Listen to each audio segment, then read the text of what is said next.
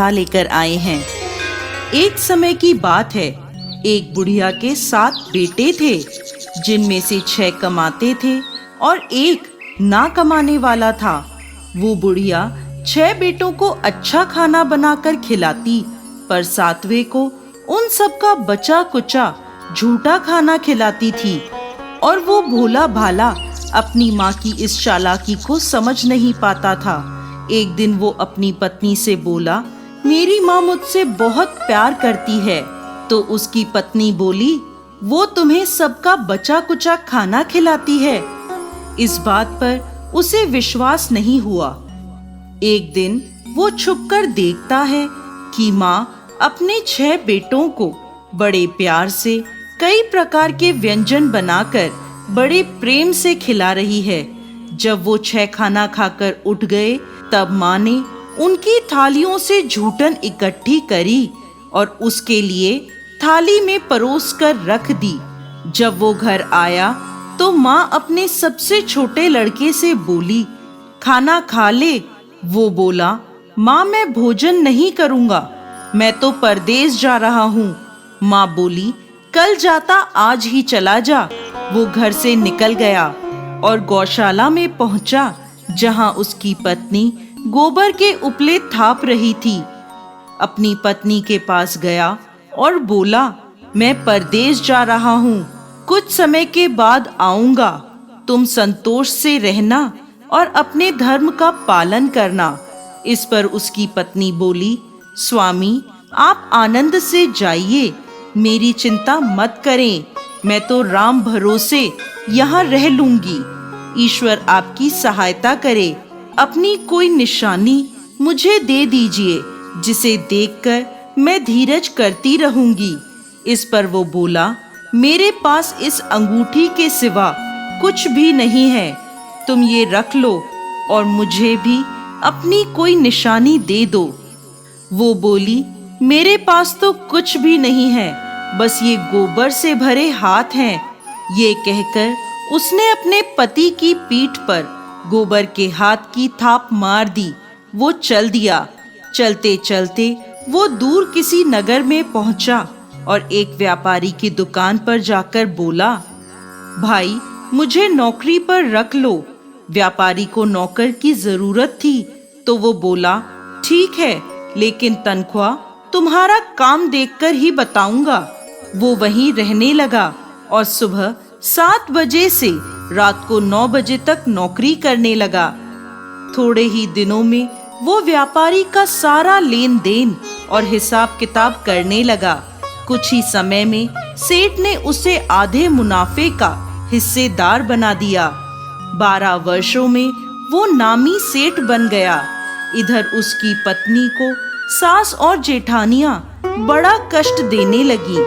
उसे लकड़ी लेने जंगल में भेजती, भूसे की रोटी देती, फूटे नारियल में पानी देती। वो बड़े कष्टों से जीवन बिता रही थी। जब वो लकड़ी लेने जा रही थी, तो रास्ते में उसने देखा एक मंदिर में कुछ औरतें व्रत कर रही हैं और कथा सुन रही हैं। तो वो पूछने लगी, ये क्या व्रत कर रही हो? इसे करने से क्या होता है और ये कैसे करते हैं? तब एक स्त्री बोली, ये संतोषी माता का व्रत है। इसे करने से मनवांछित फल प्राप्त होता है और गरीबी, मन की चिंताएं, मुकदमे, कलह, रोग आदि सब नष्ट होते हैं। संतान सुख, धन, शांति और मनपसंद वर मिलता है और दूर गए पति के दर्शन होते हैं।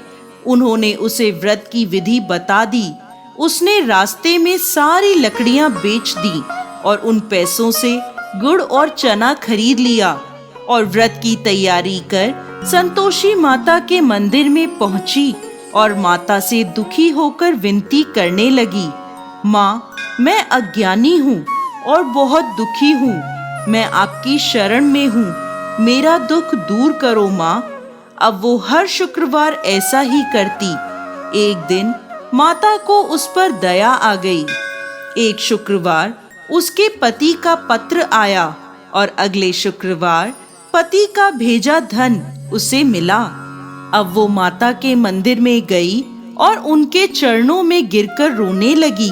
बोली, माँ, मैंने पैसे कब मांगे थे? मुझे तो अपना सुहाग चाहिए। मैं तो अपने स्वामी के दर्शन और सेवा करना मांगती हूँ। तब संतोषी माता ने प्रसन्न होकर कहा, जा बेटा, तेरा पति जल्द ही आएगा। वो प्रसन्न होकर घर गई और कामकाज में लग गई। उधर संतोषी माता ने स्वप्न में उसके पति को पत्नी की याद दिलाई और घर जाने को कहा। वो बोला, माँ, मैं कैसे जाऊं? परदेश की बात है, लेन देन के कई हिसाब बाकी हैं। माँ बोली, सवेरे उठकर मेरा नाम लेकर घी का दीपक जलाना और फिर दुकान पर बैठना। सवेरे उठकर उसने वैसा ही किया। देखते ही देखते सारा लेन देन साफ हो गया और धन का ढेर लग गया। वो खुश होकर घर की ओर रवाना हो गया। उधर उसकी पत्नी रोज लकड़ी लेने जाती और संतोषी माता की पूजा अर्चना करती। एक दिन वो बोली, माँ, आज ये धूल कैसी उड़ रही है? माँ बोली, बेटी, तेरा पति आ रहा है। तू लकड़ियों के 3 ढेर बना, एक नदी के किनारे रख आ, एक यहाँ रख दे और तीसरा अपने सर पर रख ले।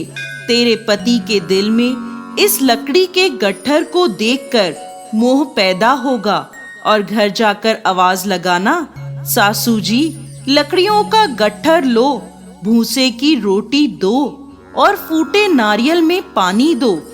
आज मेहमान कौन आया है? उसने वैसा ही किया। घर गई, आंगन में लकड़ियों का गट्ठर रखकर बोली, सासू जी, लकड़ियों का गट्ठर लो, भूसे की रोटी दो और फूटे नारियल में पानी दो।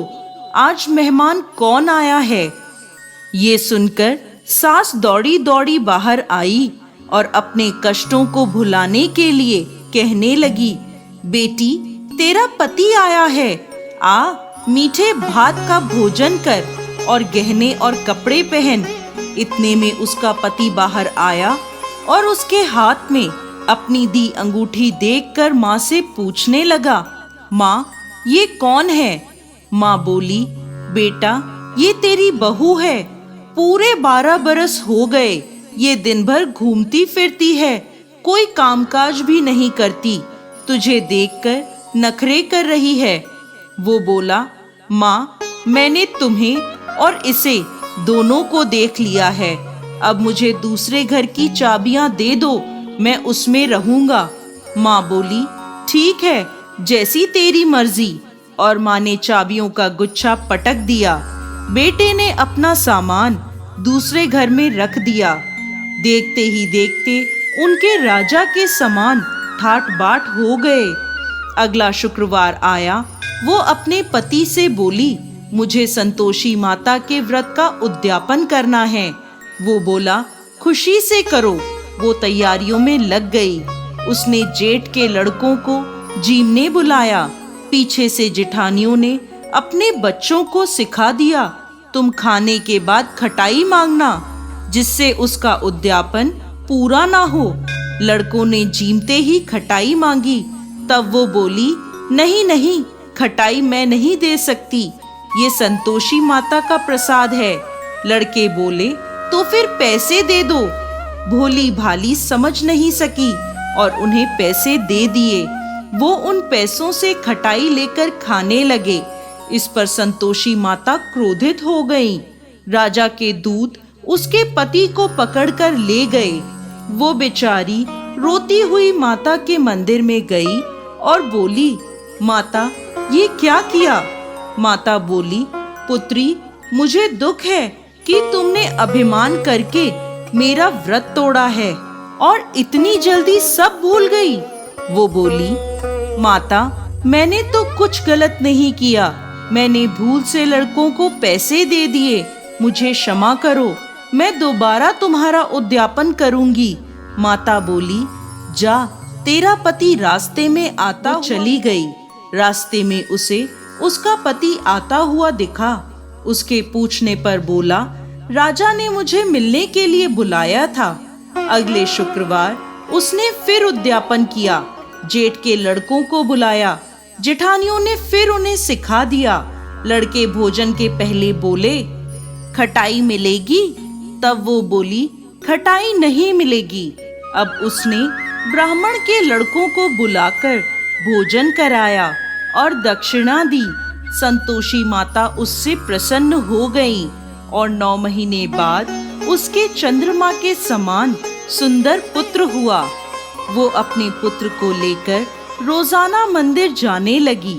एक दिन संतोषी माता ने सोचा, ये रोज यहाँ आती है, आज मैं इसके घर जाकर इसका ससुराल देखती हूँ। ये सोचकर संतोषी माता ने भयानक रूप धारण करा। गुड़ व चने से सना मुख, सूंड के समान होठ, जिन पर मक्खियां भिनभिना रही थी, ऐसी सूरत में वो उसके घर गईं। दहली में पांव रखते ही उसकी सास बोली, देखो कोई डाकिन आ रही है, उसे भगाओ वरना किसी को खा जाएगी। सभी घर वाले भागकर घर की खिड़कियां और दरवाजे बंद करने लगे।